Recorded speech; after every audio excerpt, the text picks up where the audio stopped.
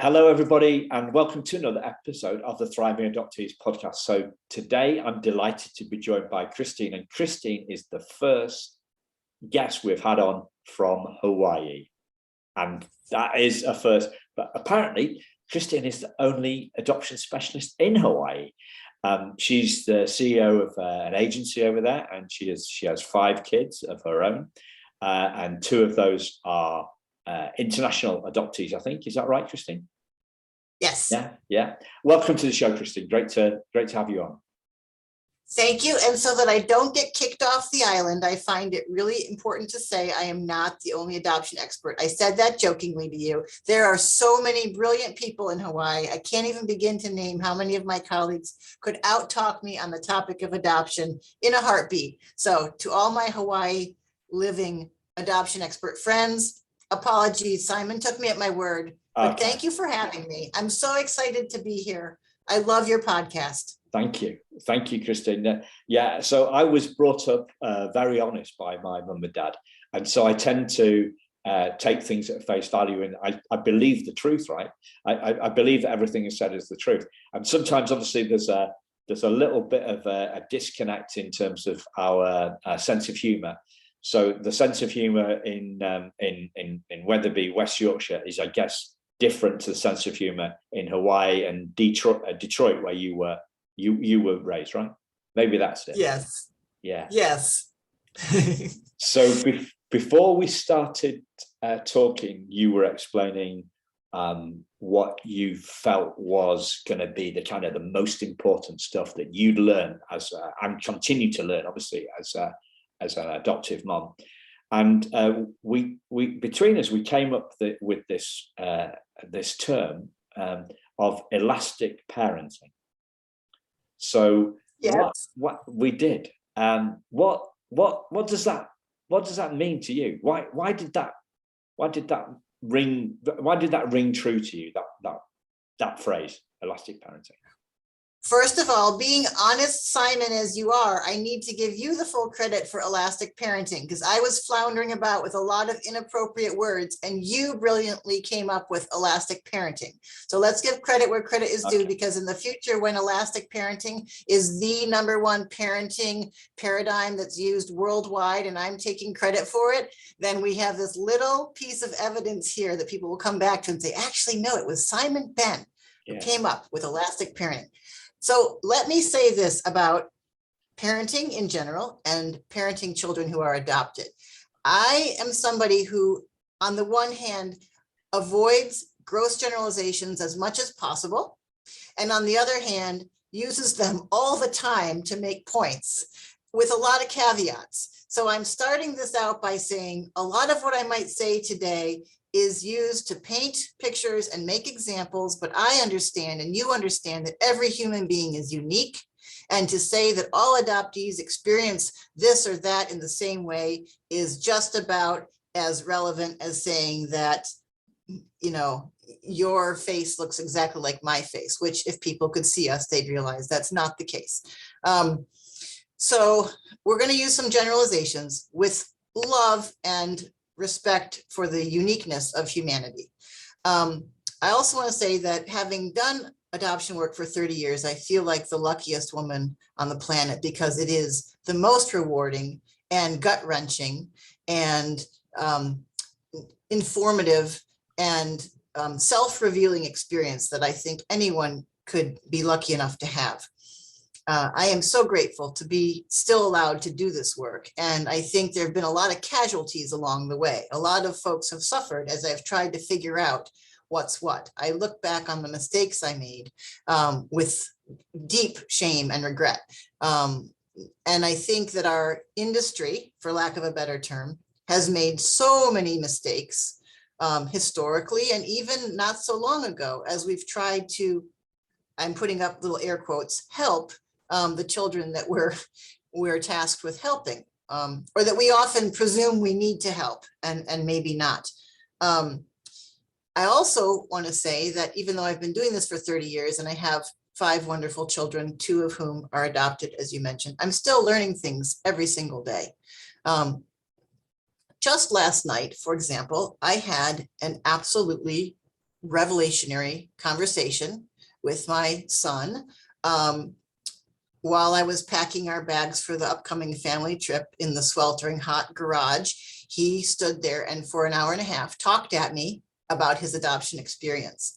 And luckily I had the forethought to record it, because he uttered pearls of wisdom that I hope someday to be able to transcribe and share with other people. But I also found myself at moments crying. Didn't let him see that, but completely overwhelmed with emotion as he was sharing these intimate thoughts about his experience, unprovoked. I didn't plant a starter question. He just started talking. And, he's a 17-year-old boy, not prone to great emotional, experiences or sharings. So that's important, is that adoption is a process. And I think we're all learning all the time. And to say there's one answer or one way of doing things would be false and potentially damaging. Yeah, there is one truth though. What's that? Well, keep learning.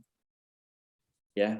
So, yes. Like people listening to the podcast. So we've just nudged over 15,000 downloads of the podcast now. So delighted to hit that. Yeah. And the curiosity, I never say that word quite right. Curiosity, the curiosity of the listeners, and like adoptive parents, and most listeners are either adoptive parents or adoptees. This episode is clearly for adoptive parents, but their curiosity is brilliant. And, that is the one constant that we have to keep learning. Like you're learning, you had a revelatory conversation with your son, and you saw some new stuff for the first time. Yes. Yes. And how long's your 17-year-old son, how long's he been in your life?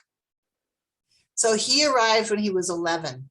Right. And I had 4 children at that point, 2 older boys, who I lovingly say I inherited through marriage, who were with me from the ages of 11 and 8. And that was also a really important experience for me to understand, how children adjust and what the emotional bandwidth is of, blending families and so on. And then I also had my 2 younger daughters. And so my life was kind of perfect. I had, 2 matched sets of kids, and, it worked logistically really well, and it worked socially really well. And then this young man arrived, at our agency, and the adoption was a disruption adoption.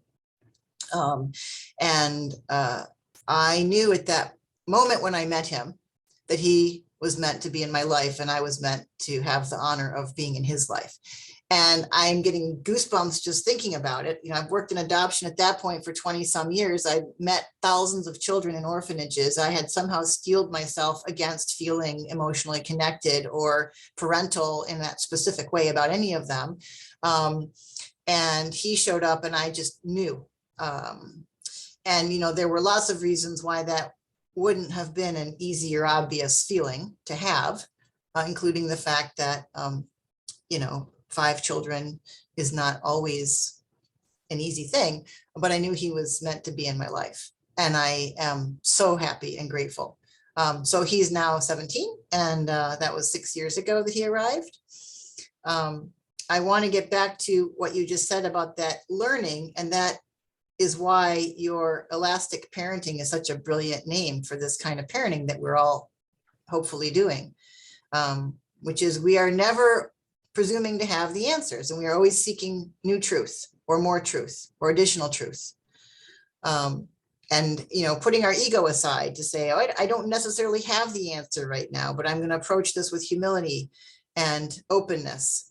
And I think as parents, we often have a fear that we have to always be the authority for our children, and that when we show uncertainty, or when we show ambivalence, or when we show that we've made a mistake, we're somehow, not being the best parents we can be for our children. And I think that's not helpful to them. I think they need to see us as humans earlier than later. So what was, obviously the conversation is still fresh from last night, and clearly confidential, and it's part of it is his story as well.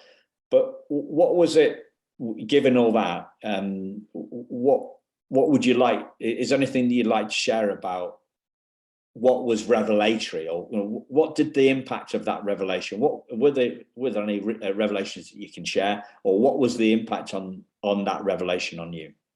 That's fine. Absolutely. Thank you. Yes. So I took away a lot of nuggets, and of course I was thinking about talking with you, and as somebody who likes to please, I wanted to make sure I had good information for you. So as my son was, expounding these truths, I was, tickled also for this reason. But if we could, I'd like to back up for 1 second. Sure. And talk about elastic parenting, and then I'll come back to some of the truths that I learned last night.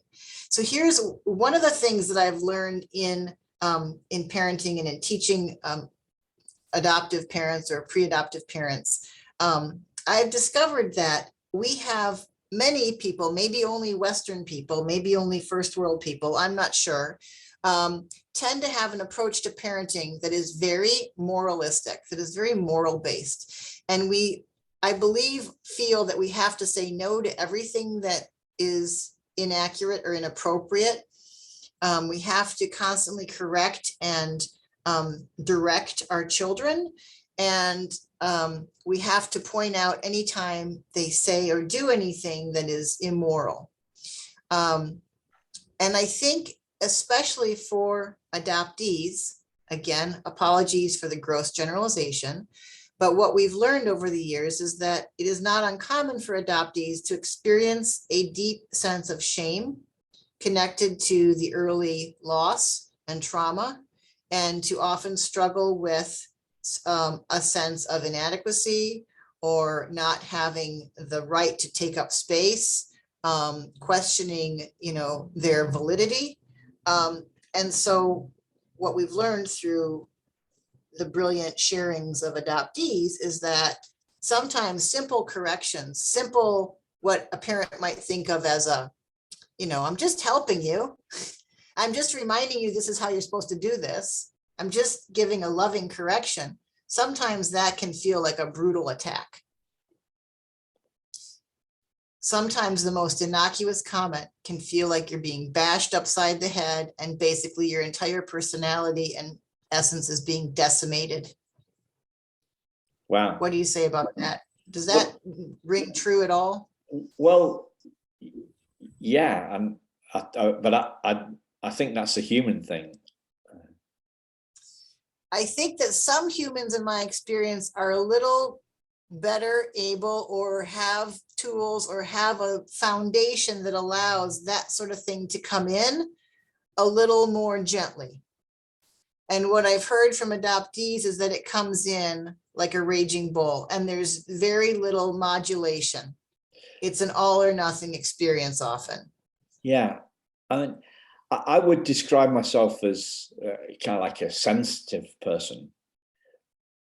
But I don't know to what extent that, like you could say, well, is that due to being adopted? Like, who knows? I mean, the mind is a meaning-making machine, and we hang our pegs. We hang everything. We hang too much on the adoption peg, or the I don't know, the middle child peg, or the fell off my bike when I was 2 peg. We're always, the mind is looking for shortcuts, and it's not often right, in my opinion. What I would say on that is it like, my dad was unfortunately died like 5 years ago. He was a tricky guy at work, and he did a lot of that stuff that you're talking about, right? But he did that with everybody.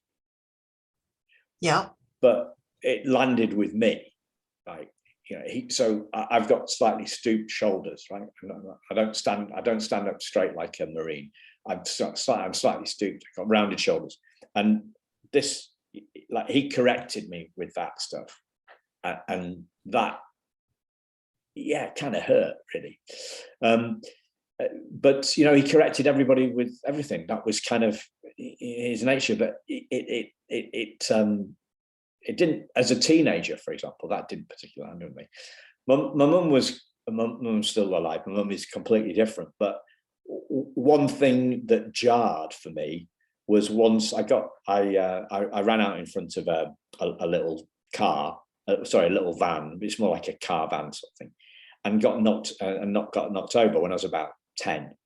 And when I got home, I told my mum, and she said, "Oh, you silly idiot," or something like that, right? And I was like, I didn't do that on purpose, Mum.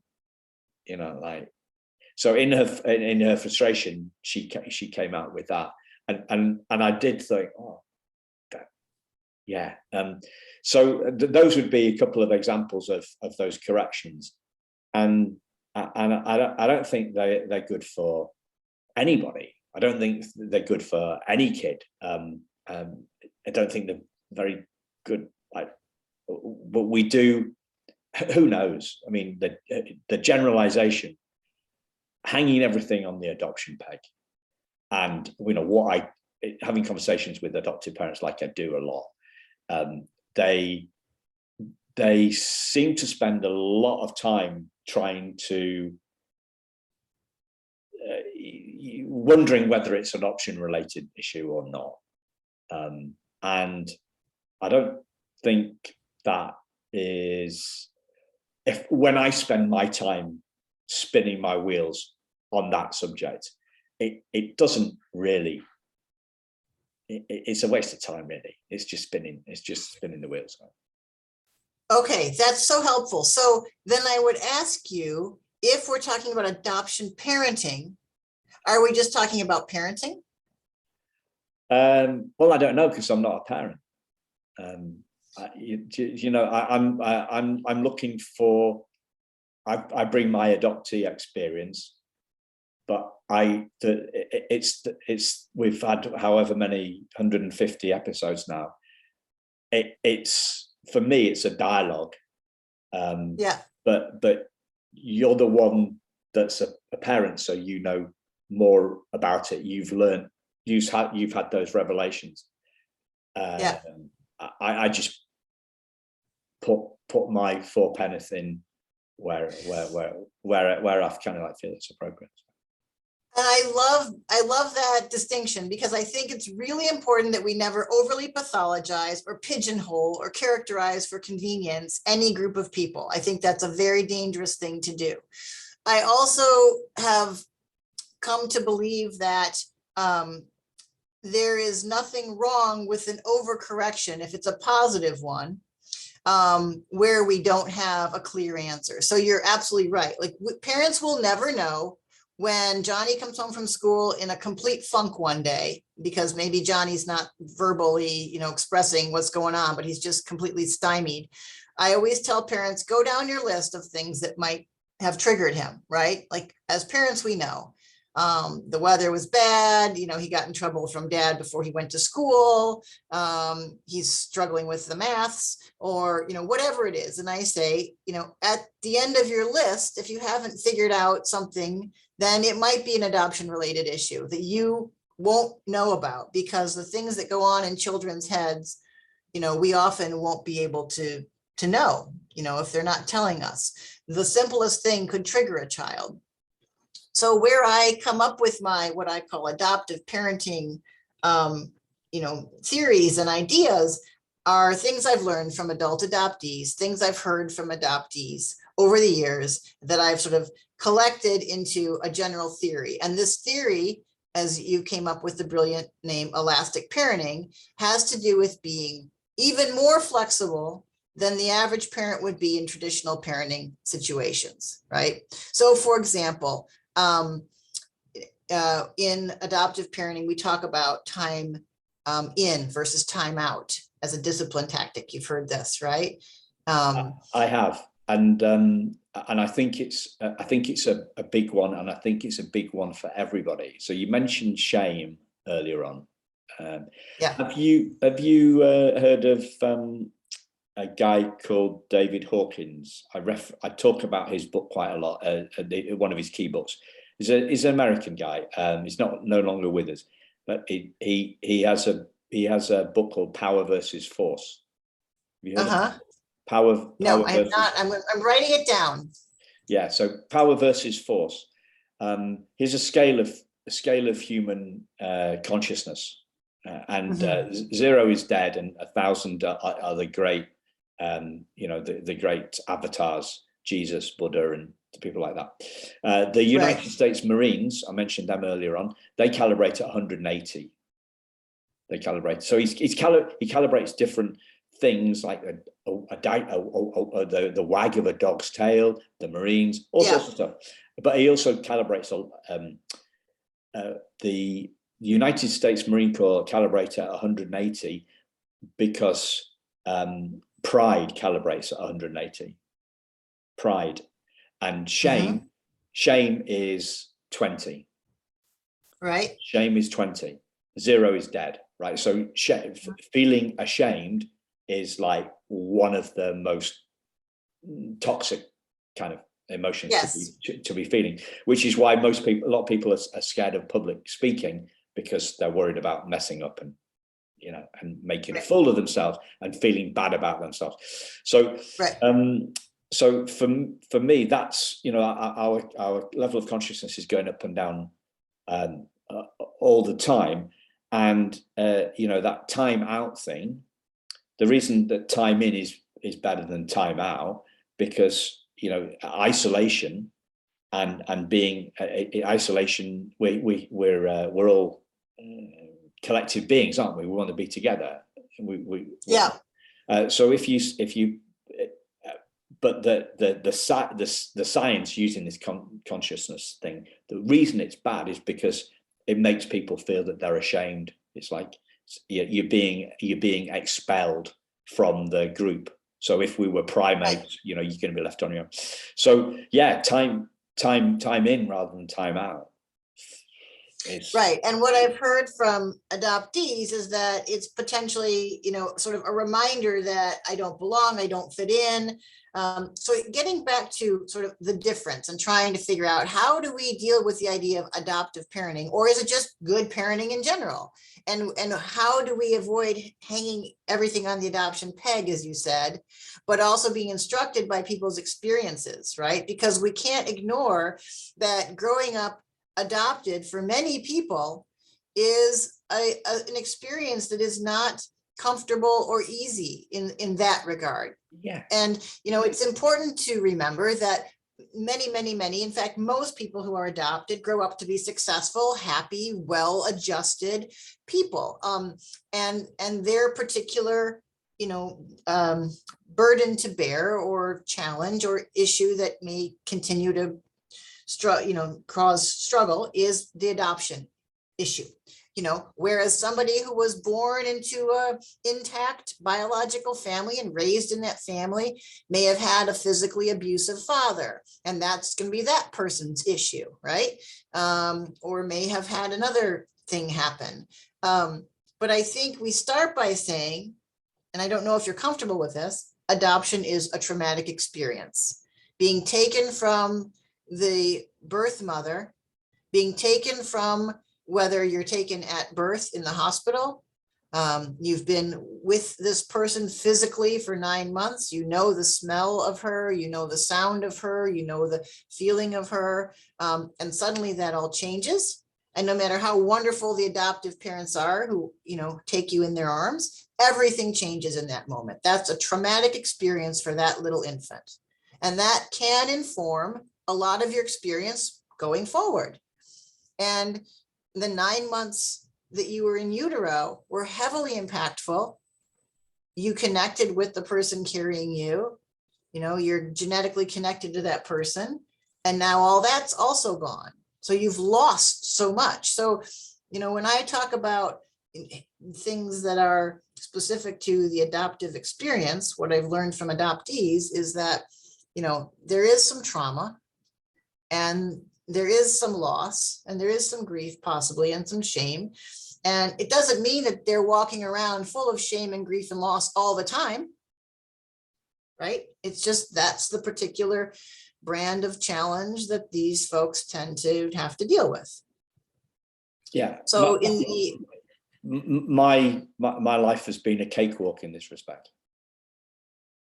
That's lovely for you. And, and I think what you also mentioned earlier, which is why you don't want to hang everything on any peg ever, is because every human being is unique. And how we respond to the same set of challenges will be different person to person. There's no one way to respond to a given set of challenges. Everybody has their unique constitution, their genetics, their in utero experience, all these things inform how we live, right? Yeah. And it sounds like you had parents who were loving and supportive and attached to you and allowed you to attach to them, which isn't always the case.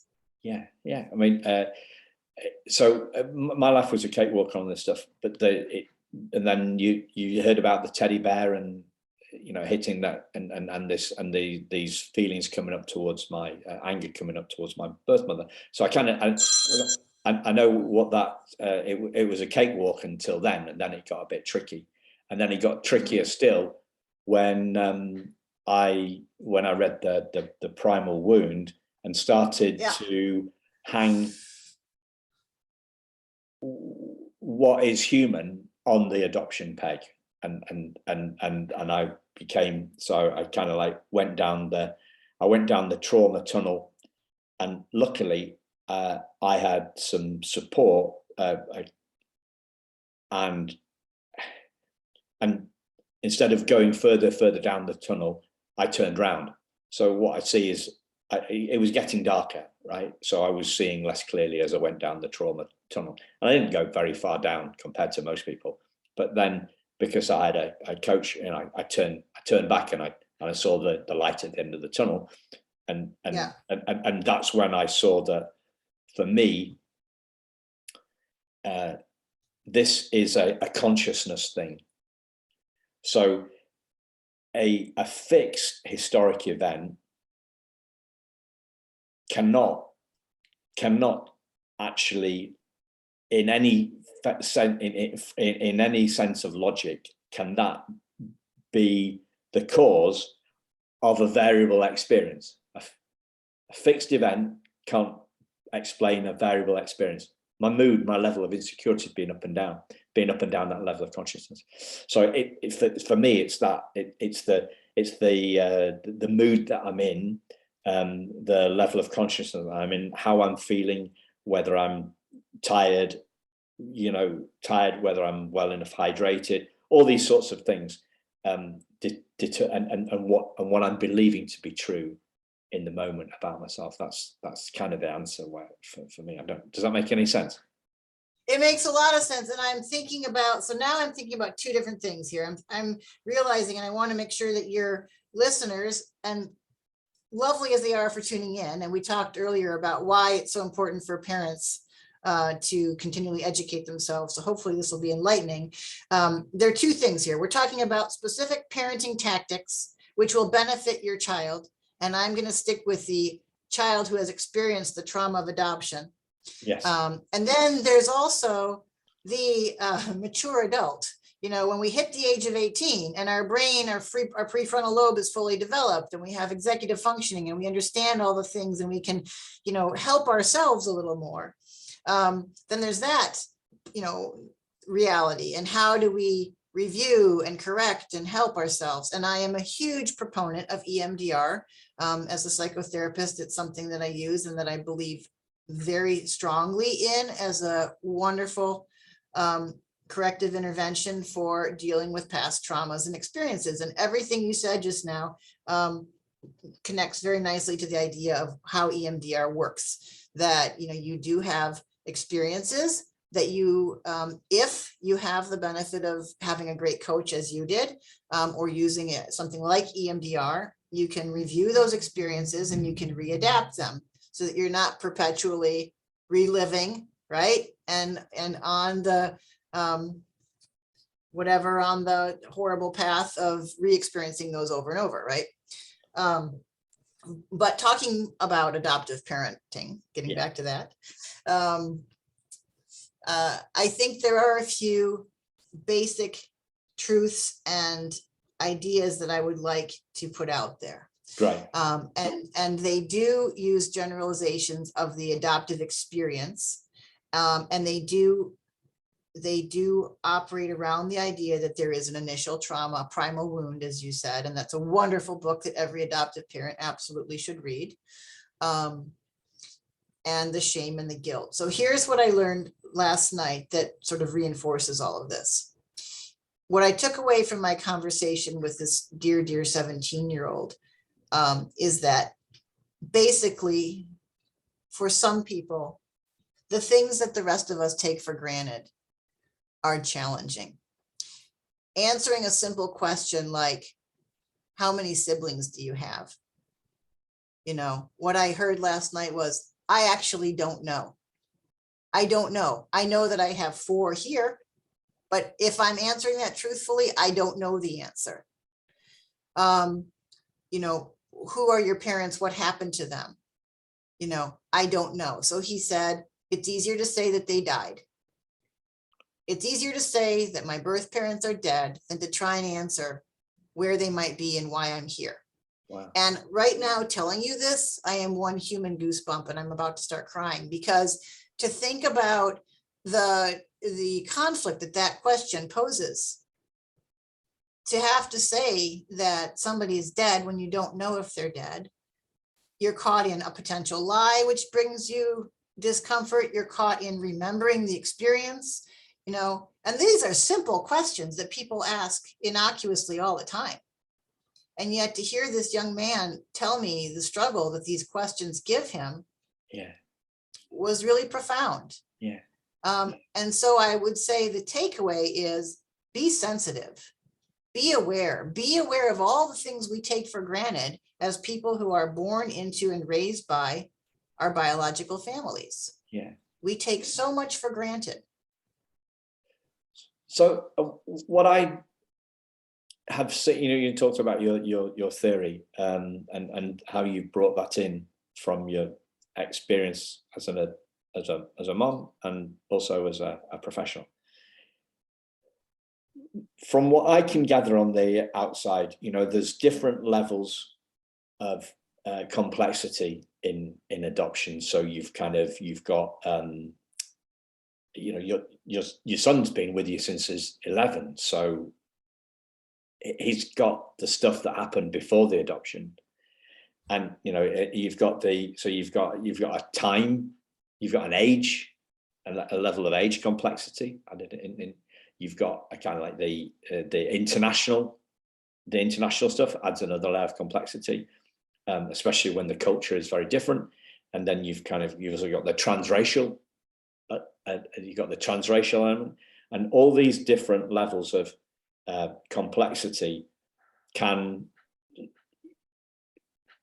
be bigger causes of trauma, right? So I don't understand what it's like to be I'm a white guy, I'm a white guy adopted by white parents. So I haven't got the international dimension either. So I don't have the international dimension, and I was 5 weeks old. So this, you know, my case is simpler, and obviously you've got the adoption from foster care. So you've got you know, domestic, the stuff that happened. There's a reason that the kid is in foster care. So you've got all that so you've got all these different things, and the level of sensitivity required may be higher the more complex it is, right? Yeah, and I don't want to knock the wind out of your sails, but I want to give you some other examples. And it's true what you just said. All of that is true. And I think as we honor each person, we have to look at everything they bring to the table, right? Full disclosure, my son is Chinese and my husband is Chinese, and I have another Chinese daughter in the family, and we live in an Asian dominant place. My son goes to school and looks like everybody at school for the most part, especially because they wear uniforms. They all look the same. So, you know, that physical difference piece is not there. You know, the things that I'm hearing, these things that I'm hearing from him, or that I'm really now thinking about, are things that transcend all of those categories you just pointed out, which are all heavily, potentially very difficult characteristics. But let me tell you about a woman that I knew, who I think about all the time in my trainings, who was born and placed at birth into a family where she looked exactly like everybody else, and raised in a time where people didn't talk about adoption. And she shares that from a very early age, her earliest memories are every time she was with anybody in her family, all she was thinking about, underlying everything else, was, I don't share blood with this family. And people always assume that she looked just, because she looked like everyone, that she was a biologically connected member of that family. And when she told me that years and years ago, it really changed how I think about adoption. And again, that's one example. But I've since heard that from a number of other people, that it doesn't matter how you look. Of course it does. Of course it does. Like if you're adopted white into a black family, or black into a white family, or Chinese into a Mexican family, that can bring with it another bunch of challenges, because we are a superficial world and we make judgments on how people look, and we decide if we like or don't like somebody based on that, and whether you fit in or not, if you look like me or not. All cruel stuff that we still do as human beings. But what I'm learning is that identity is much deeper, and that how you fit in and whether you fit in can be a much deeper experience. And then it may have little or nothing to do with how you look. That you have a sense deep down that you either fit in with this group or you don't. And I hear that a lot in my psychotherapy practice, where I work with adoptees. And I hear that from adult adoptees that I know. So it's the degree to which we feel, as you say, that we fit in. So if we I don't know, the word is chunk up. So we've got all these different things, but if we chunk up, it's feeling different. So sharing blood is one example of feeling different. Not looking the same is not, is feeling different, not fitting in. Cultural stuff, not fit. So a white Russian adoptee, from an orphanage in Russia, who's raised by white parents. There's a cultural thing, although they're both white. There's a cultural thing as well. So, but the whole thing is not fitting in. We all want to fit in, right? We all want to fit in. We all want to fit in, and we all want to be accepted.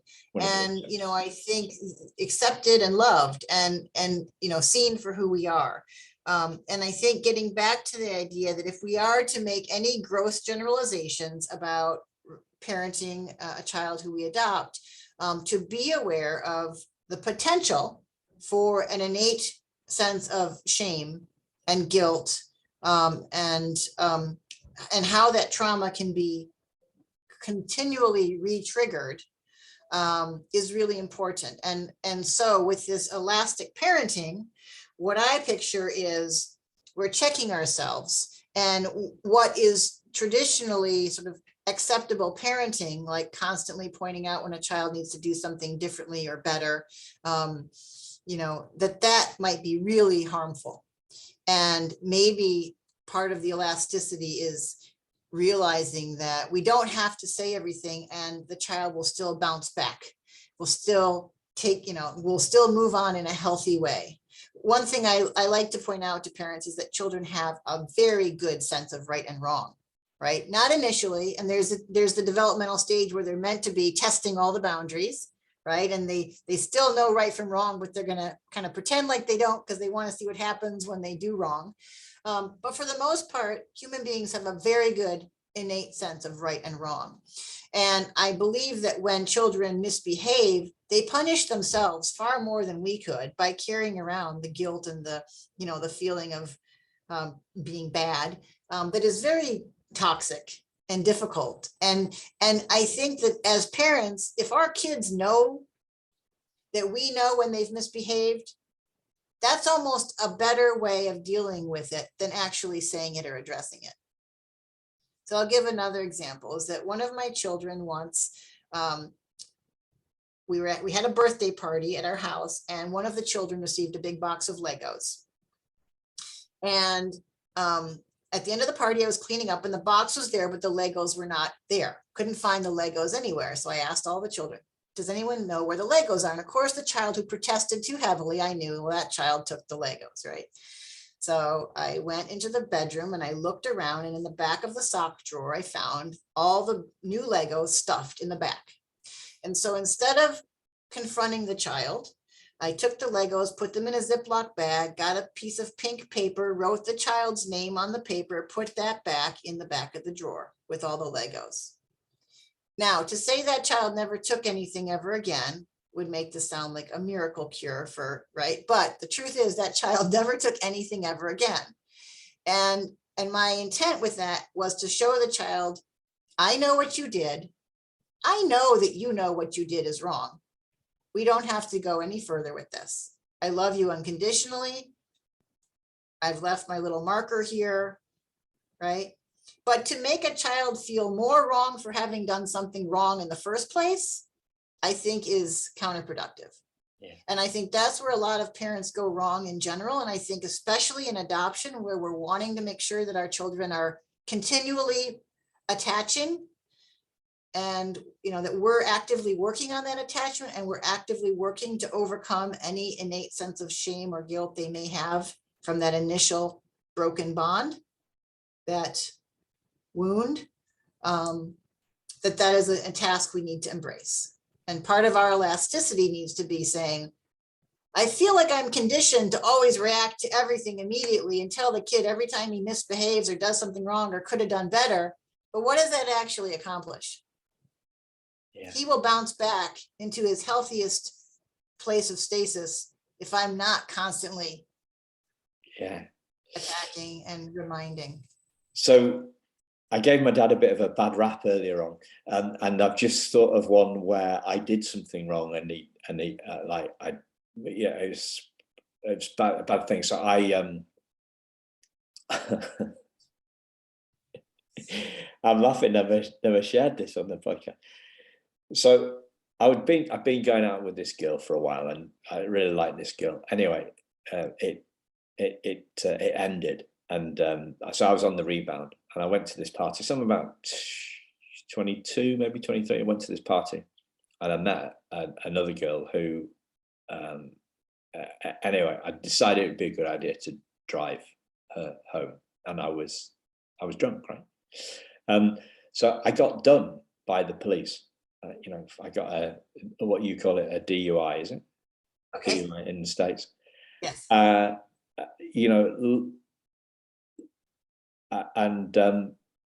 I was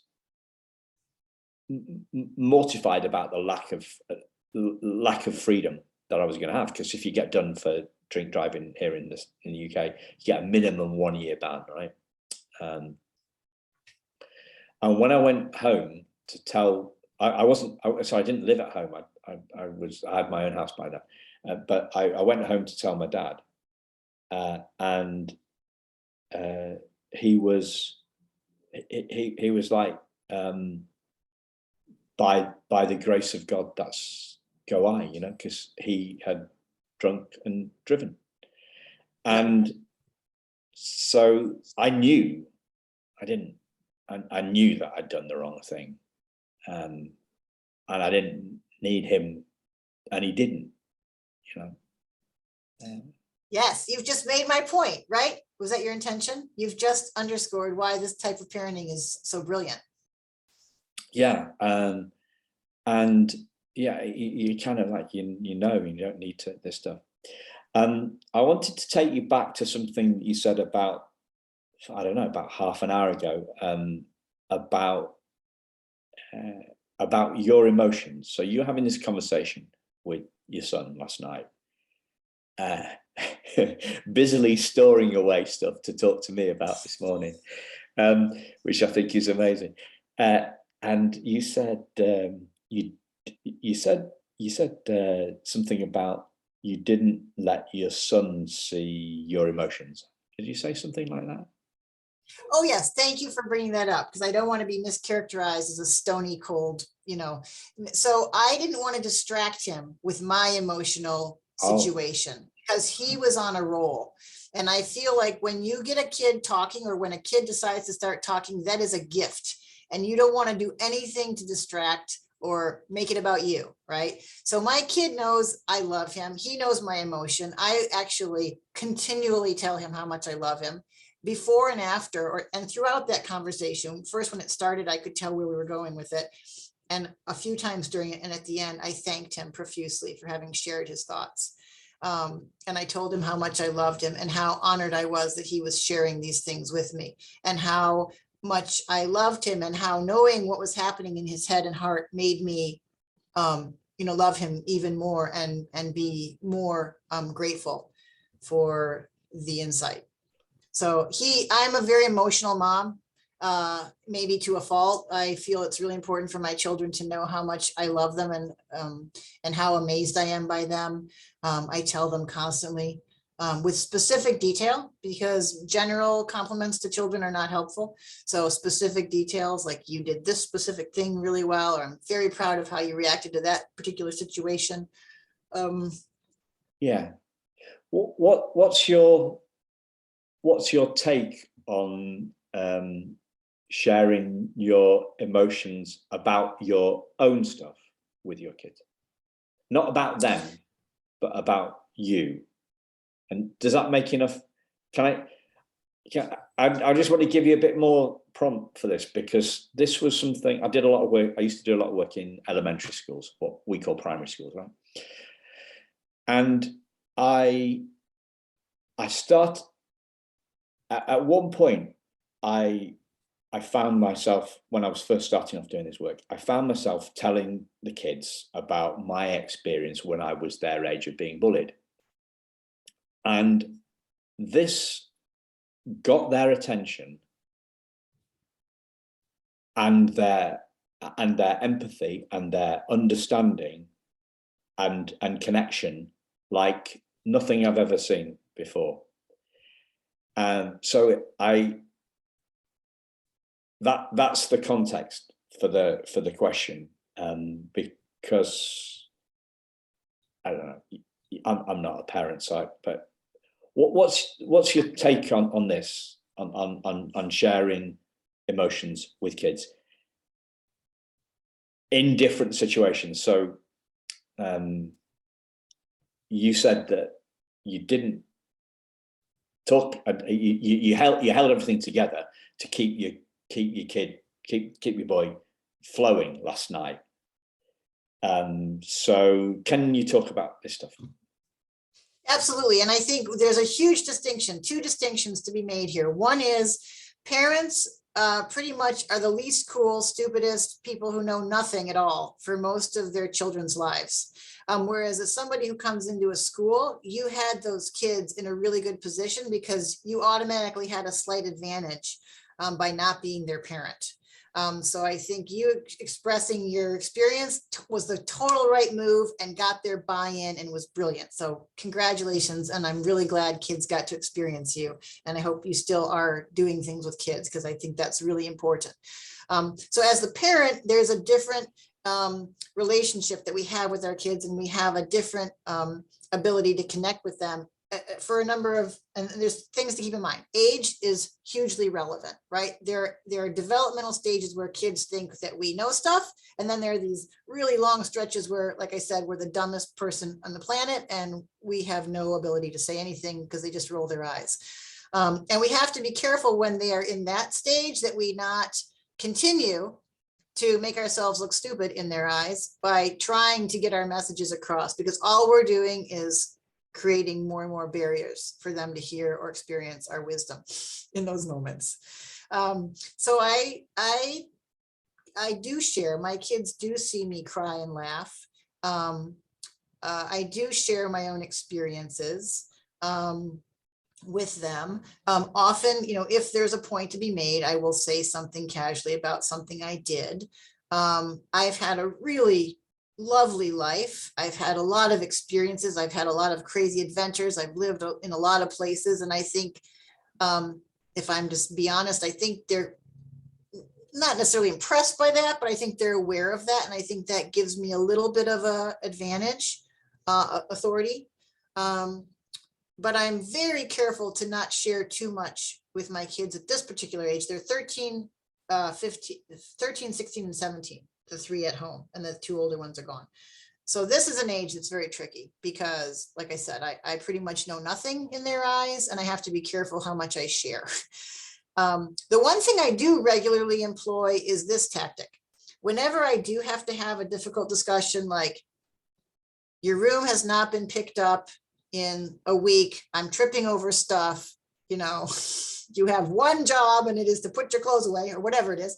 I always say this, like, this is the part of the parenting task that I hate doing. You think you hate hearing me say these things. I hate saying them even more than you hate hearing them. I want to be liked by you guys. I'm aware that when I'm forced to take this position, you don't like me.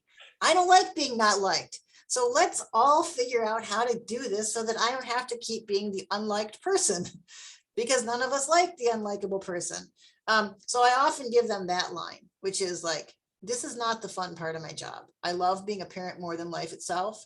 I hate being the meanie. So let's not make me be the meanie. Yeah. That's something I regularly share with all of them. That's cool. That's cool. I love sharing the sharing the inner dialogue. I can see that as a great softener, and kind of like exploration stuff. So I'm just conscious of time, and yes, I think you're gonna have to come on again in about, I don't know, 6 months or so, or if not before, because I think you and I could talk all night. Are there any other elements to this elastic parenting that you'd like to share with the listeners? Thank you. I do agree. I learned so much from you in this short hour that we've had.